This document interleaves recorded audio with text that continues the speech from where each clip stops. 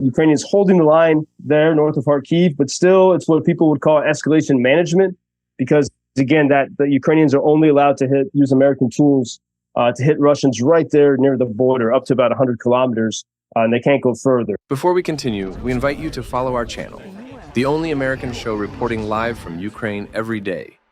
The Ukrainian Air Force says they shot down all 23 drones and 5 out of 6 missiles launched by Russia on Kyiv in the early hours today. Joseph Linsley is in Lviv.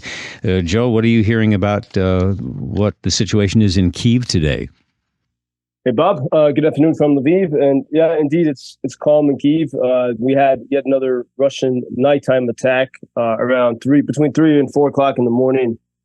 In particular, there were Russian missiles and drones traveling throughout the country in that usual, dance macabre. You don't know which way they're going. They're twisting and turning, trying to confuse the air defense system. And then ultimately, a number of them flocked toward Kyiv. Of course, Kyiv is very well protected, in particular because you have the Patriot missile system from the U.S., which is, when you're in Kyiv during such an attack, the Patriot missile system, when it intercepts a Russian missile, it's incredibly loud. It's one of the loudest sounds you can hear, for most people in the war. But it's a good sound. You want to hear that. You know that the Patriot is doing its work. So it was a loud night in Kyiv, but successful on that score, in that the city was protected. And we look at what's happening in Kharkiv. We had sort of a spike in attacks over the weekend. It's calm there now, but in the city. But the Russians, by many accounts, have sustained significant losses as they've tried to push, to invade Kharkiv region north of Kharkiv city. They haven't gained any ground since May 24th, and now we've seen, according to open source intelligence and satellite images and videos from Ukrainians, that the Russians have been, the little territory that they did gain there north of Kharkiv city, they're now trying to build fortifications, to build trenches there to sort of claim that territory. But I've seen some videos of Ukrainian drones attacking the Russian excavators that have been going straight for the excavator that excavators that are trying to construct these trenches. And pretty aggressively, the Ukrainians are doing that. I think I saw something like maybe more than 15 of these massive excavators have been destroyed by the Ukrainians. And we also had reports that there's this region of Russia called Chechen, and the Chechen warriors are known for their ruthlessness. In the 1990s, there was a big freedom movement in Chechnya, but that was squelched by the Russians. The Russians killed the Chechen leader, and since then they've really controlled that society, and they use the Chechens as their most ruthless warriors. And there have been many reports that the Chechens have been positioned behind the regular Russian forces that are trying, sort of at the northern border of Kharkiv. And the Chechens are there to shoot the Russians if, these Russian conscripts, if they try to flee, to get, to run back toward Russia. And so what the Ukrainians are doing is now that they finally, these past weeks have had permission, they can use American missile systems like the HIMARS to hit the Chechen position. So the Ukrainians are trying to they know that there's a lack of motivation among the Russian conscripts, and they're working now, or they have been working to hit the Chechens who are there to prevent the Russians from fleeing. So we do see a difficult situation for Russia there, thanks to this new permission from the U.S. And, then there's still the scary news on the horizon of North Korea, and the announcement that North Korea is going to send troops in some form to Ukraine. So everyone's sort of preparing for that. But right now we do see Ukrainians holding the line there north of Kharkiv, but still it's what people would call escalation management, because again, that the Ukrainians are only allowed to use American tools to hit Russians right there near the border, up to about 100 kilometers, and they can't go further. And so that right now, I think that's the case Ukrainians are making, like, hey, we've been able to hold the line here. Let's get more aggressive. Let's go on the offensive to begin to put an end to this.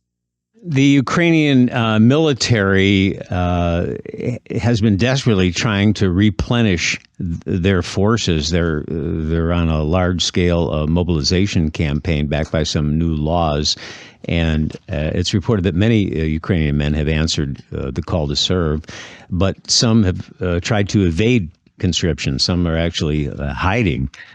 Joe, they may come recruiting you. Be aware. Yeah, I was just running in the park. I always have my passport, of course, with me, but as you have to in the wartime.